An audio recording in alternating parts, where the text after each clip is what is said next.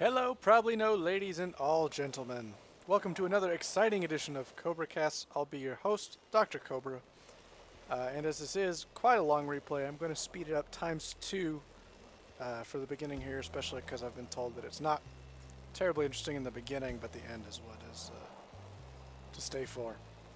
Anyways, this is going to be a game I got into my email, actually from Rage Quitter, but he's not playing in this game. The game is going to be between SharkGSjoW, who I will call Shark,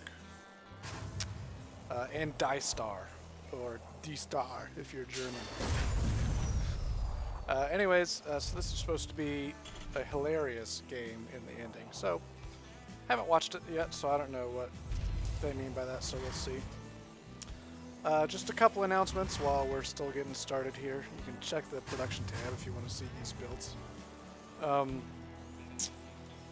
What was I going to say? Oh yeah, I think I'm going to cast some of the BlizzCon VODs, or replays, because the replays from that tournament were posted free online. And so I think I want to do some of them, just because, so yeah. Hopefully I don't have frame rate issues like that, and hopefully I'll pick the ones that I haven't seen anyone else cast, so hopefully I'm not too much, treading over the same territory as anybody else you might watch. Also, the Nefarious League, who I've casted some of their games before, they are hosting a diamond tournament, but it's actually like very high level diamond, like 1800, 1900, 2000 rating, and I think there's even Ruff has signed up to do it. He's 2400 rated Terran, I think. I'm not sure, but he is 2400. He's like number 8 on the North American server points wise. So pretty incredible. I think I'm going to be casting some of those games live. At least I hope to be. Yeah, so I'll have those coming up soon. And as always, if any of you guys want to send me some of your interesting replays, feel free, go ahead, send them to me at KobraCasts@gmail.com, and I'll do my best to get them casted and put them up. So let's take a look at what's going on in this game. Slow it down to regular for just a second. Scan going down, so it looks like we've got Banshees, or a Banshee on the way, for Shark. No cloak yet. He is getting down a factory with a reactor. He might switch it with his barracks. I think that's what he'll probably do, switch it with his barracks. And he does have this barracks pumping Marines right here. And there's a Mirage right here. Stim out. I don't think there's been any engagements yet. There's a Hellion over here at the watchtower who's down a little bit of health, so he probably fought off something at this watchtower. Here comes a Banshee checking for this expansion. Has not expanded yet.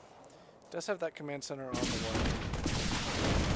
And looks like DieStar, looks like he's going Tank Viking, which is something you see fairly often in TVT. And that Banshee took a little bit of damage, but able to kill 4 Marines. This Viking is going to chase him away, although he's already gone home to get repaired. And I'm getting whispered. Busy. Haha, I'm so special. So yeah, look like DieStar going Tank Viking. And he's got his expansion out. But hasn't actually moved it to the right spot yet. Throwing down that missile turret because of the Banshee. And DieStar has siege tech on the way. This command center not quite done. Getting out another reactor on this factory. Probably going to switch this one to that barracks too. Looks like a bunch of Marines coming out. So it looks like kind of infantry and Banshee versus Tank Viking. So we're going to speed it up a little bit again. Times 4 even.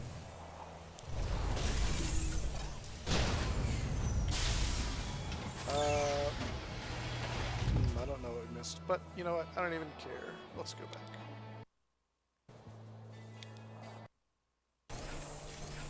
Yeah, so just a little scout coming over here.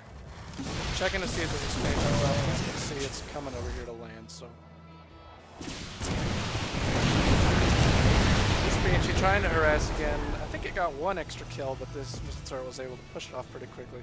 These Vikings trying to come intercept. I think they're going to get it. No. Yep, that range does go down. 9 range on those Vikings is just too much. DieStar going to land the Vikings here, chase that Marine away. Pretty good control to save that Marine if it was worth it by Shark. So it does have a Raven out and some medevacs. And the Raven will intercept these Viking air shots. But, or I mean the PDD from the Raven.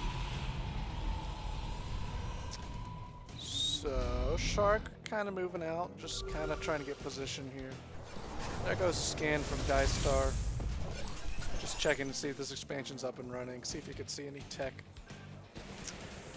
And we do have a tech lab on this factory now. I don't see any other buildings. So yep, we're gonna get siege tanks out of here finally. I'm gonna clear out these these rocks to get that high yield. DieStar protecting his front heavily with those tanks. Yep, nothing really exciting going on. This Marine trying to shoot down some jet planes with his rifle. Works that way in StarCraft 2. Speed it up again a little bit. Watching the mini-map, watching the production tab. Nothing terribly exciting going on. This expansion at the high yield is going up. Both players macroing a lot. Another scan. And looks like DieStar is finally starting to move out here. Gonna come up here and take out this hellion on the high ground. Shark coming to intercept, but does run away as soon as he lost that high ground vision. That was a good idea because these tanks were sieging up and they would have decimated all these Marines. Look at all these Marines, 24, 32, 34 Marines, is that right? So both players just trying to get the best position. There is a sensor tower up right here. So Shark is going to know when DieStar does try to move in and get in range. See if he knows about this high yield. He does not know about the high yield. He did siege up there, but Shark's still out of range. Now DieStar is going to do a little bit of tank leapfrogging here, leapfrogging closer into range. Shark does see that though with his sensor tower. Able to pull back. He did lose that one reinforcing rod. Ooh, a really bad rally point maybe on that tank, or just bad pathing, but he got sniped. So looks like DieStar is going to go straight in here to this unprotected expansion. I don't think there's anything that's going to be able to happen for Shark to save this.